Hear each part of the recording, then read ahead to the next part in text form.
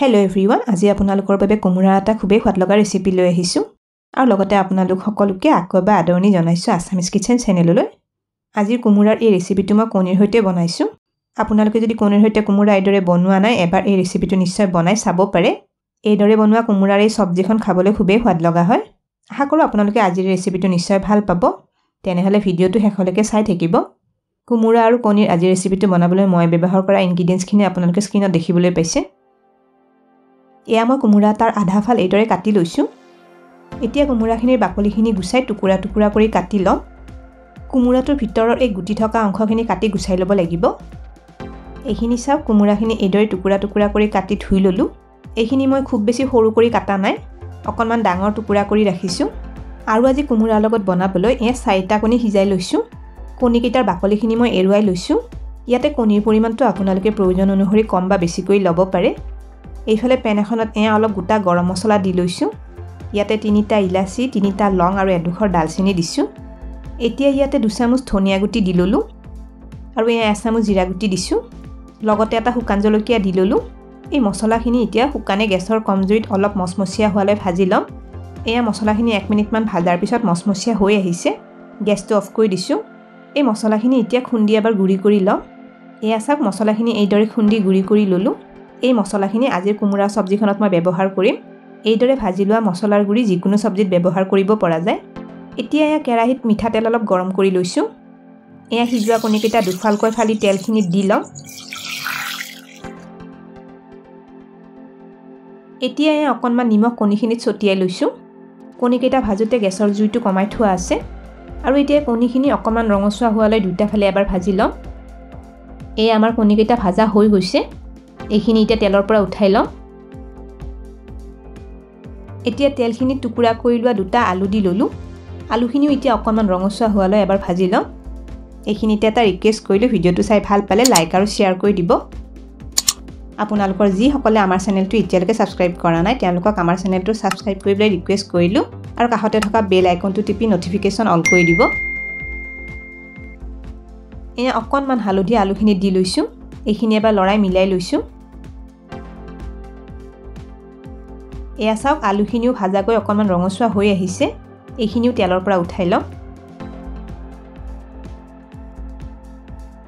এতিয়া তেলখিনিত আগতে কাটি লোৱা কোমোৰাৰ টুকুৰাখিনি দি লৈছো। এয়া অকণমান নিমখ কোমোৰাখিনি দি ললো আৰু লগতে অকণমান হালধি দি লৈছো। ভালদৰে এইখিনি এবাৰ মিলাই ভাজি লম। এয়া কেৰাহী ঢাকনিখন অকণমান সময়ৰ বাবে লগাই দিছো।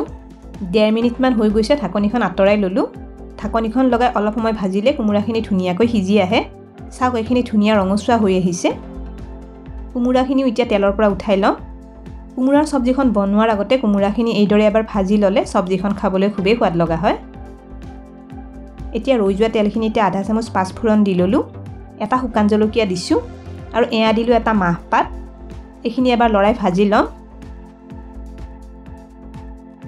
এতিয়া এয়া 2টা মিহিকৈ কাটি লোৱা পিয়াজ তেলখিনি দি লৈছো। এই পিয়াজখিনি আপোনালোকে মিক্সাৰ গ্ৰাইণ্ডাৰত পিছি লৈ দিবও পাৰে। মই এই পিয়াজখিনি একেবাৰে মিহিকৈ কাটি লৈছো। পিয়াজখিনি এতিয়া অলপ সময় ভাজি লম। এয়া পিয়াজখিনি অলপ সময় ভাজি ললো। এতিয়া ইয়াতে 1 চামুচ আদা নহৰু পেষ্ট দি লৈছো। এইখিনি মিলাই গেছৰ কম জুইত ৰঙচুৱা হোৱালৈ অলপ সময় ভাজি লম। 5 মিনিট মান পিছত পিয়াজ আৰু আদা নহৰুখিনি ভাজাগৈ ৰঙচুৱা হৈ আহিছে। এতিয়া ইয়াতে মিহিকৈ কাটি লোৱা এটা বিলাহী দি লৈছো।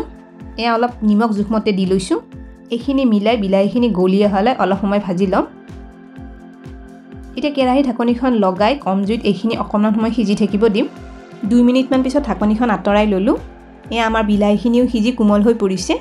হেতাখনেৰে অকণমান হেঁচি হেঁচি এইখিনি মিলাই লম। এতিয়া এয়া হালধি আধা চামুচ ইয়াতে দি ললো।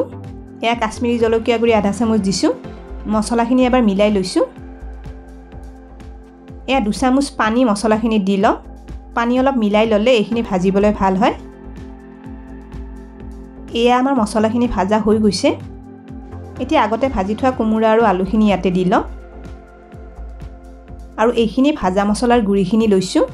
ইয়াৰে 1 চামুচ মান মছলা কোমোৰাখিনি দি লম। এইখিনি মিলাই আকৌ অকণমান ভাজি লৈছো। কোমোৰাখিনি আগতে ভাজি লৈছিলো বাবে এইখিনি আৰু বেছি দেৰি ভাজি নাথাকো। এইদৰে ভাজা মছলাৰ গুৰি অলপ কোমোৰাৰ সবজিখনত দি ললে এটা খুব ধুনীয়া গোন্ধ আহে।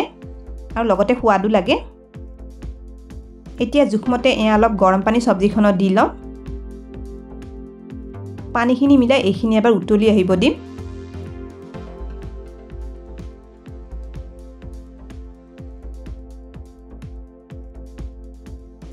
এতিয়া কেৰাহী ঢাকনিখন লগাই এইখিনি 8 মিনিট মান কম জুইত উতলি থাকিব দিম 8 মিনিট মান পিছত ঢাকনিখন আঁতৰাই লৈছো এইখিনি চাওক আমাৰ কোমোৰা আৰু আলুখিনি ধুনিয়াকৈ সিজি গৈছে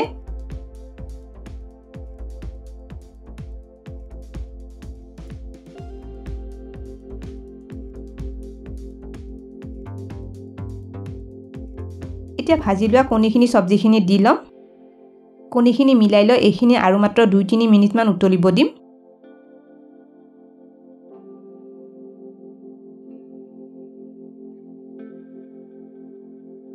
এয়া ঢাকনিখন আকৌ লগাই দিছো 3 মিনিট মান উতলাৰ পিছত ঢাকনিখনে আঁতৰাই ললো এয়া চাওক আমাৰ সবজিখন উতলি আগতকৈ আৰু অলপ ডাঠ হৈ আহিছে এইখিনি আমাৰ বনোৱা হৈয়ে গৈছে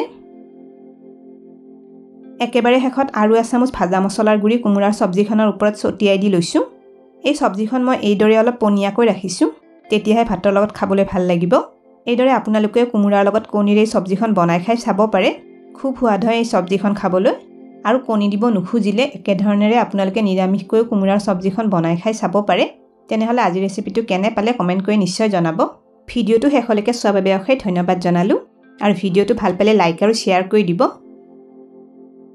স্ক্ৰীনত দেখা পোৱা ৰেচিপিকেইটা চাবলৈ মই ৰিকমেণ্ড কৰিলো ভিডিওকেইটা চাবলৈ ৰেচিপিটোৰ ফটোখনৰ ওপৰত ক্লিক কৰিলেই হ'ল তেনেহলে আজিলৈ আহিছো আকৌ লগ পাম আৰু এটা নতুন ৰেচিপি ভিডিওৰ সৈতে